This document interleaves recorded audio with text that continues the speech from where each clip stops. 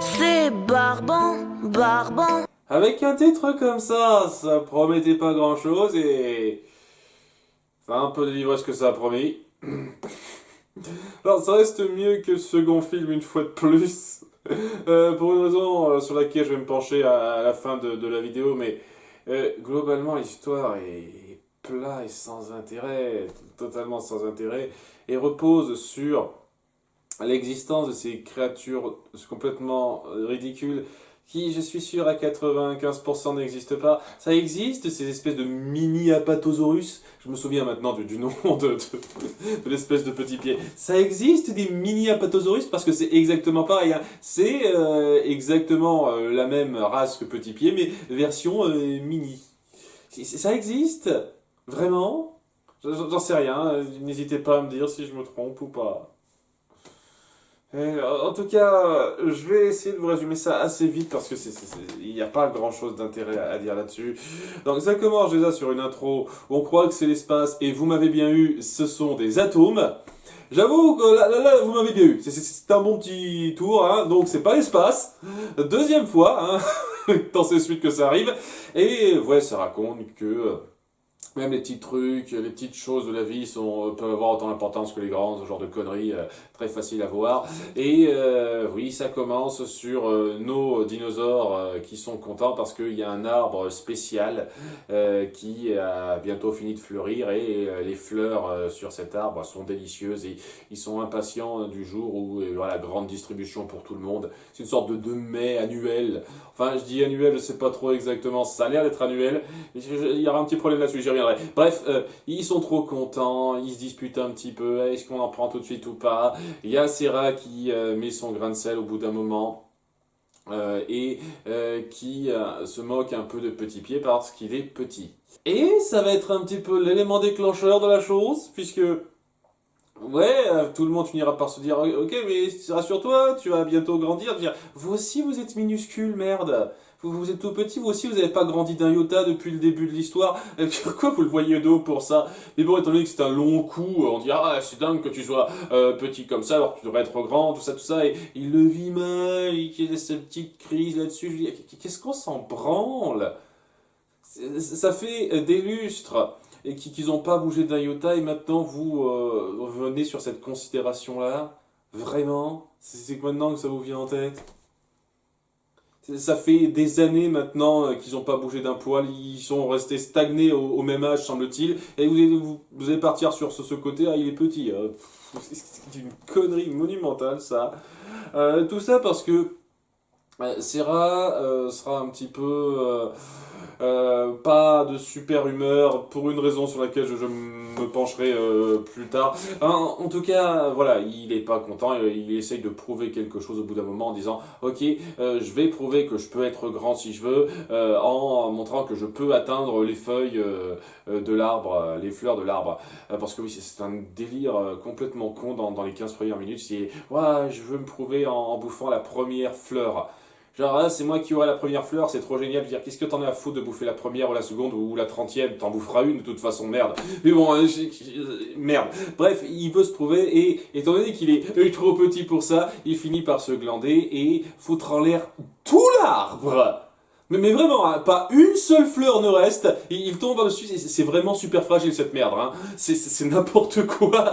Voilà, tout l'arbre a été totalement défleuri par sa chute, et donc il se sent mal, il tombe un peu dans les pommes, parce que bon, voilà quoi, il a pris une sacrée hauteur, et en se réveillant, l'espace d'un moment j'ai cru que c'était un rêve. Que toute cette histoire serait un rêve, tellement ce concept de mini-apatosaurus était stupide.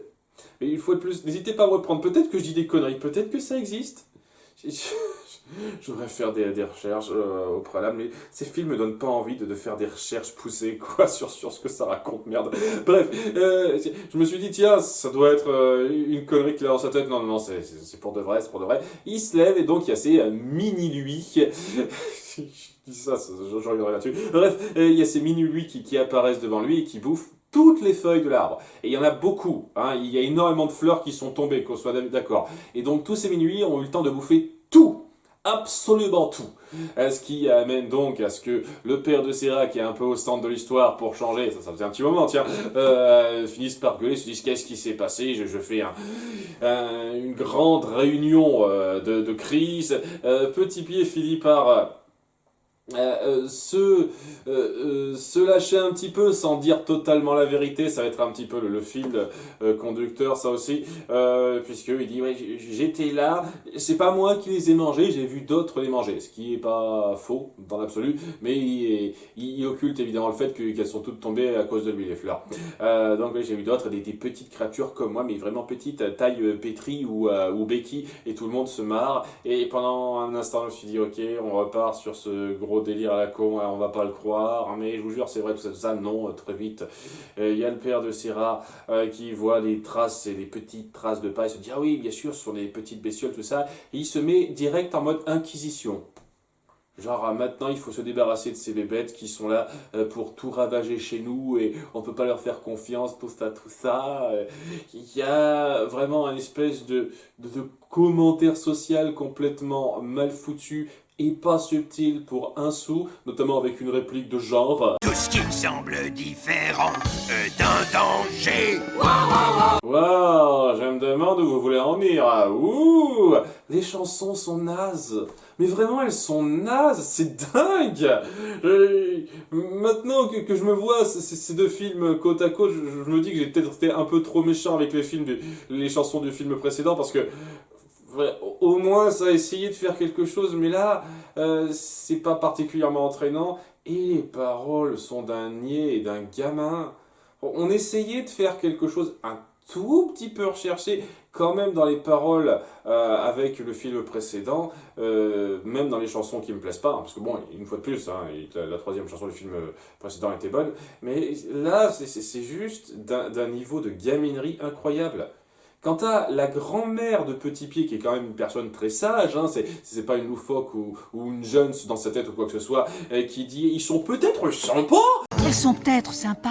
Non. Il y a un truc qui cloche, je suis désolé. Hein, c'est n'importe quoi. Enfin bref, il lance toute une inquisition, il faut qu'on se débarrasse de ça, faites des équipes pour les trouver, pour qu'on se débarrasse de ces créatures. Il y a les grands-parents qui essayent un peu d'objecter, mais tout le monde s'en fout d'eux. Ok, très bien. C'est des vues, on s'en branle. Et donc on fait des équipes pour les rechercher. Petit Pied se sent mal, mais il suit un petit peu le mouvement. Et au bout d'un moment, par pure coïncidence, eh ben ça tombe bien, il tombera dans un trou qui se trouve être la cachette des petites créatures. Petites créatures qui sont assez nombreuses, mais on va se centrer vraiment sur deux en particulier chez elles, c'est-à-dire une fille qui s'appelle Easy et... Je m'appelle Mini-Lui. Mini-Lui, bordel de merde. Et leur père s'appelle Big Papa. C'est Big Papa. Waouh! Au passage, Big Papa, il a la voix de Nounours. Mais faire venir un plus grand que nous ici est une mauvaise idée. Ça fait super bizarre.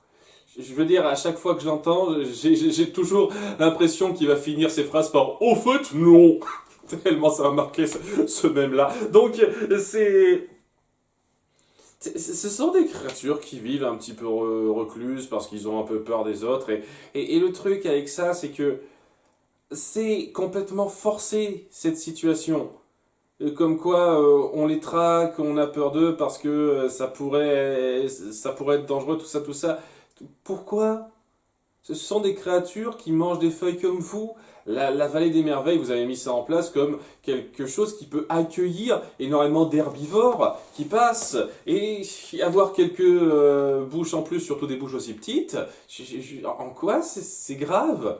C'est grave quoi? Parce qu'ils ont bouffé vos mets délicieux, vos fleurs particulières, sans savoir que c'était important. Ils sont pas censés le savoir. C'est ça le truc aussi. Même en partant du principe que c'est pas Petit Pied qui a fait ça, quoi. En partant de la fausse idée que c'est pas Petit Pied qui est responsable de tout. Enfin, il est pas responsable de tout, mais que Petit Pied n'a pas fait tomber les feuilles. Même si c'était eux qui avaient fait tomber les fleurs.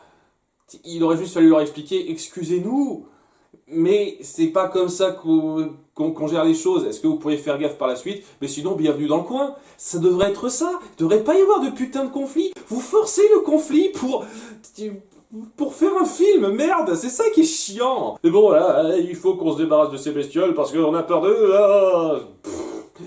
Bref.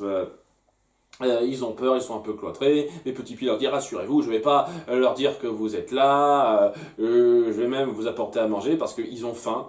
Je veux dire, vous venez de bouffer tout un arbre équivalent de fleurs. Vous devriez être totalement rassasié pendant un petit moment. Mais non, vous avez encore faim. Foutez-vous de ma gueule, quoi. Vous avez plus faim là avec ce que vous venez de bouffer. Mais non, Petit Pied leur dit c'est bon, rassurez-vous, le soir je vous ramènerai de quoi bouffer. Donc je prends d'autres feuilles sur des arbustes. Et ouais, au fur et à mesure des jours où il fait ça, il y a le père de Serra qui se dira regardez, il nous vole de plus en plus de trucs. On ne partage plus, on s'en fout, c'est n'importe quoi. Une fois de plus, c'est n'importe quoi. Ça a toujours été une vallée de partage, c'est une connerie abyssale. Je sais qu'il a tendance à monter sur ses grands chevaux facilement, ce personnage, mais là, c'est d'une stupidité incroyable, quoi. Donc, ouais, quoi, il leur apporte à manger, ils passent un peu de temps ensemble. Bon, il y a le papa qui est un peu grognon, Big Papa, il faut être plus merde, mais qui accepte assez vite. Au bout d'un moment, Serra finira par remarquer qu'il se passe quelque chose avec Petit Pied, parce que bon, c'est pas non plus ultra discret ce qu'il fait. Il appelle les autres de façon un peu gaguesque, un peu étirée pour pas grand chose pour le suivre aussi. Alors que ça aurait été cool qu'ils aient leur truc seulement à eux deux. Ça aurait été pas si mal qu'elles le suivent toutes seules sans penser à prévenir les autres parce que le temps qu'elles le fassent, quoi, ça prend plusieurs minutes. Il a toujours rien fait, Petit Pied. Il faut vraiment autant de temps que ça pour arriver là où il est censé aller, quoi. Ils n'ont pas perdu de vue pendant toute cette période où il est allé chercher les autres, c'est rare. Enfin bref. C'est un détail parce qu'ils servent à rien les trois autres. Hein. Ils pourraient tout à fait ne pas être là, que ça reviendrait au même. C'est vraiment Serra et Petit Pied qui sont au centre. Hein. Les autres, on s'en bat les couilles, quoi. En tout cas, ils le suivent, ils finissent donc par tomber sur ce nid, et il y a Serra qui se dit, ok, très bien, on va pas vous dénoncer, rassurez-vous, on est avec vous. Elle le fait parce qu'elle a un ressentiment un peu fort envers son père, je reviendrai là-dessus une fois de plus. En tout cas, voilà, il y a ces attaches un petit peu... Un peu joli qui se forme. À un moment donné, il y a Serra et cet autre mini dino, Lizzie, c'est ça, qui discutent de leur père, le fait qu'il soit un petit peu trop exigeant envers elle et que c'est un peu leur seul père, tout ça, quoi. Elles veulent se plaindre un petit peu. Elle se lance dans une chanson et j'adore l'expression de Easy juste avant. Ça, c'est l'expression de quelqu'un qui se dit qu'est-ce qui se passe là? On part dans un numéro musical? Ok. C'était assez marrant ça. Sinon, la chanson est à chier. Je vais même pas aller dans le détail. Les chansons sont nulles. Vraiment, sont nulles. Ils finissent par se faire repérer parce que le père de Serra, une fois de plus, monte la garde, se dit merde, ça commence à bien faire, hein, ces feuilles qui nous piquent, alors qu'on en mange certainement 10 fois plus par personne de notre côté, mais bon, c'est vraiment trop, hein, mais bon, donc il fait la garde de nuit, et à cause de ça, nos enfants ne peuvent pas rejoindre leurs mini-amis le lendemain, ce qui fait que lorsque il est deux mini-zors qui sont un peu attachés à notre groupe, c'est-à-dire Easy et Mini lui, sortent du coin, ils tombent sur le père de Serra et une autre Triceratops. On reviendra sur celle-là aussi. En les pourchassant, ils tombent sur leur petite tanière dans laquelle ils ne peuvent pas entrer parce qu'ils sont trop gros. Et juste le lendemain, il y a le père de Serra qui fait sa grande réunion une fois de plus pour se la jouer. Tuons la bête! Débarrassons-nous d'eux, c'est nuisible, tout ça. Tout le monde est derrière lui, sauf quelques rares cas. Les enfants, bien entendu, ne se font pas entendre. Et alors qu'ils s'apprêtent à balancer un gros rocher sur le trou pour les empêcher de nuire, alors qu'il y a très certainement possibilité qu'ils puissent sortir par d'autres endroits. Vous ne penserez pas regarder ça, j'imagine, mais bon, il n'y a qu'une seule voie pour eux pour aller à la vallée des merveilles, semble-t-il. Si vous voulez, il y a Petit Pied qui dit non, je sais comment empêcher ça, donc je vais parler à tout le monde, je fais mon grand discours. Attendez, si on a perdu nos fleurs d'arbres, c'est pas de leur faute, c'est la mienne parce que je les ai fait tomber. Toutes une fois de plus, en tombant une fois, ce qui est n'importe quoi. Mais bon, je les ai fait tomber, c'est ma faute. Faut pas leur en vouloir, ils sont juste passés par là, ils ont tout bouffé après. Mais s'il y a un responsable, c'est moi. Et c'est là que ça calme un peu tout le monde qui finit par se dire... ok, on a peut-être été un petit peu trop dur, on se bat dans son coin. C'est le moment où il y a cette espèce de prise de froid de la part de certains personnages, notamment les amis de Petit Pied. Pas trop Serra, parce qu'elle sera occupée à son arc personnel, mais voilà, les amis de Petit Pied le vivent mal. Ah, comment as-tu osé faire ça? Et c'est même pas pour les bonnes raisons, parce que ils lui en veulent du mal qu'il a fait à l'arbre alors qu'il l'a pas fait exprès. Ils lui en veulent d'avoir provoqué l'éboulement parce que il a beau avoir empêché lire des gens, n'empêche que pas de chance, il y a quand même la pierre qui est tombée de là où on comptait la faire tomber et qui a enseveli entre guillemets le trou des Minisaures. Donc voilà, c'est pas de veine, hein. Heureusement que t'es intervenu, ça n'a pas apporté grand chose. Donc ils lui en veulent pour des trucs très artificiels, très factuels, faciles, qu'on pouvait lui reprocher, et pas pour des raisons qui auraient pu être sympathiques, qui auraient pu être un peu touchantes. Genre, t'as fait ça et tu nous l'as caché, tu nous as rien dit. Tu nous as fait croire des choses, on t'en veut parce que tu nous as menti, parce que tu nous as caché des choses. Ça aurait été intéressant de lui en vouloir pour ça, mais non, ils lui en veulent pour les trucs ultra basiques. Et je trouve ça vraiment dommage. Surtout que ça amènera une réconciliation ultra rapide après, ce qui veut dire pas grand chose. Parce que bon, il y a ce moment pseudo-émotion avec une autre chanson mal faite, où Petit Pierre regrette un petit peu ses décisions, son mensonge qui qui allait trop loin, tout ça. C'est avec des paroles une fois de plus pas recherchées du tout, mais ouais, c'est super chiant, complètement oubliable et creux au bout du compte. C'est comme ça que ça en ressort. Donc voilà, il regrette ses actes et alors qu'ils se sentent trahis, il y a tous nos Minisaures qui finissent par partir vers une autre voie en suivant les tunnels où ils sont, et en sortant ils tombent, c'est pas de chance, sur 2 raptors qui les attaquent. Ça tombe mal, hein, direct, 3 secondes après de sortir. Et donc en les fuyant, ils arrivent à se cacher grâce à leur petite taille. Mais voilà, les raptors décident de continuer leur chemin via ces couloirs qui les mènera à la vallée des merveilles. Et le fameux éboulement, en fait, n'a pas enseveli grand-chose puisque ils peuvent passer à travers. Vraiment. Donc, ouais, ça a absolument rien enseveli du tout. Au contraire, ça a plus agrandi les choses, parce que, de base, les raptors pouvaient pas passer par ce trou-là, ils étaient petits, hein. Donc, ouais, très bien, très bien. Donc, voilà, ils attaquent, c'est un petit peu le bordel. Comme d'habitude, ce sont nos enfants qui sont attaqués les premiers. Ça peut pas être quelqu'un d'autre. Ils sont aidés par le père de Serra, une autre Triceratops. Et il y a aussi tous les Minisaures qui, pris de regret, finissent par rebrousser chemin, participer au combat pour les faire fuir. À la fin, tout le monde intervient. On s'excuse de ce qu'on a fait. Tout le monde est heureux. Vous êtes les bienvenus chez nous. Et on chante, on danse. 1 an plus tard, nos héros n'ont toujours pas grandi. Et les fleurs ont repoussé sur l'arbre, ce qui fait que tout le monde peut avoir sa part comme c'était prévu au tout début. Voilà, voilà. Et c'était vraiment pas fameux du tout, hein. C'était chiant. Putain que c'était chiant. Les personnages étaient pas intéressants. Le dilemme de Petit Pied était sans intérêt. Les conflits étaient forcés d'un niveau abyssal. C'était lourd. Mais il y a une grâce salvatrice à ce film, parce que il y a une intrigue secondaire qui m'a davantage convaincu. Sans être extraordinaire, mais elle m'a davantage convaincu, autour de Serra et de son père qui se fait une relation avec une nouvelle qui arrive dans la vallée. Elle, on dit pas, oh, elle grappille de notre nourriture, il faut qu'on la vire de là, hein. Non mais bref, elle arrive dans la vallée. Et c'est une amie d'enfance de Topsy. Parce que le père de Serra s'appelle Topsy. Topsy? Dis-moi que je rêve! C'est la grande révélation, on a enfin un nom qui arrive.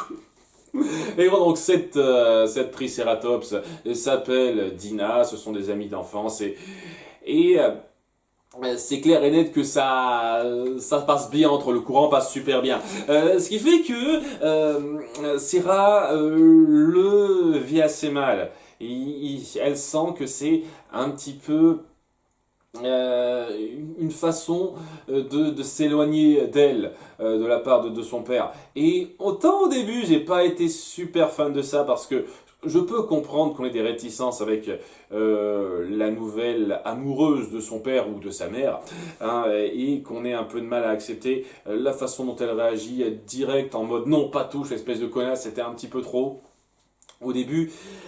Mais c'est quand même largement mieux fait que dans, je sais pas, Les Malheurs d'Icare. Largement mieux fait que cette merde-là. Et ça essaye quand même de dépeindre une transition de changement de situation qui est totalement acceptable. Dans le fait de savoir accepter un nouveau membre de la famille et les étapes qui sont mises en place, parce qu'au début, vraiment, elle l'accepte pas. Mais au bout d'un moment, elle finit par s'ouvrir à cette idée, surtout quand elle fait un petit peu son parallèle un peu moisi avec Izzy et le fait que son père est trop paternel avec elle, la materne trop dans un sens. Donc elle se dit qu'elle a de la chance d'avoir la possibilité d'avoir une nouvelle maman. Un truc que j'aurais bien aimé qu'on appuie, c'est qu'elle regrette un petit peu ce nouveau venu dans la famille et cette nouvelle venue dans la famille parce qu'elle voudrait que ce soit... elle craint qu'elle remplace sa mère en fait. Mais on l'appuie pas particulièrement, on le dit pas particulièrement. Ce qui, pour moi, est la chose importante. C'est-à-dire qu'on a connu une mère, elle est plus là, il y a cette femme qui veut la remplacer. Il y a vraiment cette défensive qu'on peut avoir. Je peux totalement comprendre ça. Je n'ai honnêtement jamais ressenti ça personnellement lorsque j'ai vécu la même chose, mais je dois avouer que ça m'est arrivé quand j'étais très très petit, donc j'ai pas vraiment assimilé la chose comme quelqu'un de plus âgé le ferait, c'est sûr. Je n'aurais pas été contre qu'on appuie un tout petit peu plus ça. Je pense que c'est suffisamment sous-entendu pour pas que ce soit totalement absent, mais ça aurait été cool de l'appuyer. Et puis oui, la nouvelle Triceratops, Dina, elle est sympathique, elle a une bonne personnalité. Et j'apprécie le fait que oui, c'est pas seulement ça, je l'accepte et puis c'est bon, tout va bien. Elle finit par l'accepter petit à petit, mais il va y avoir un certain conflit qui se fera entre Dina et Topsy, parce qu'une fois de plus, il est buté comme pas possible, au point où on s'en est un petit peu irritant dans ce cadre-là, mais voilà quoi, il y a cette espèce de froid qui jette entre eux, et Sarah qui se dit, ok, on sent qu'il y a quelque chose entre vous, et elle essaie un petit peu d'arranger les choses. Et à la fin, lorsqu'il cède pour protéger les petits avec l'attaque des raptors, ben, c'est assez joli, quoi. C'est cette espèce de nouvelle venue et comment Sarah apprend à l'accepter dans sa famille, c'est fait tout à fait acceptablement, sans être extraordinaire, mais tout à fait acceptablement, et ça hausse le niveau pas mal. Ça hausse pas mal le niveau, sans devenir vraiment extraordinaire, quoi. Voilà, cette partie-là m'a plu un petit peu. Tout le reste, toute l'intrigue centrale sur Petit Pied, les mini-zors, cette espèce de commentaire de merde sur accepter le plus petit que soit, alors que ça devrait même pas se faire, ce conflit, tout ça c'était nul à chier. Et c'est clair et net que si ça avait été que ce niveau-là, ça aurait été la pire suite de cette franchise.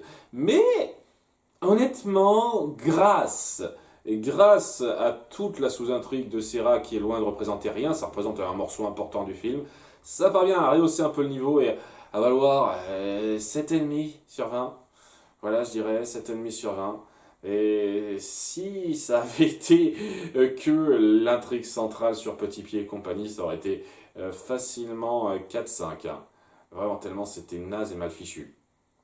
Donc, voilà, heureusement que c'était là, la partie sur Sarah. Heureusement que c'était là. Donc, voilà qui conclut ce film vraiment pas fameux. J'ai ce sentiment que ça va pas être extra pour la fin, quoi. Il reste 3 films, j'ai le sentiment que... Avec ce film-là, c'est le moment où on a commencé à abandonner le truc. Hein. Ça se sent un petit peu, donc... peut-être que ça me donnera tort par la suite. À bientôt pour le film 12. Bye.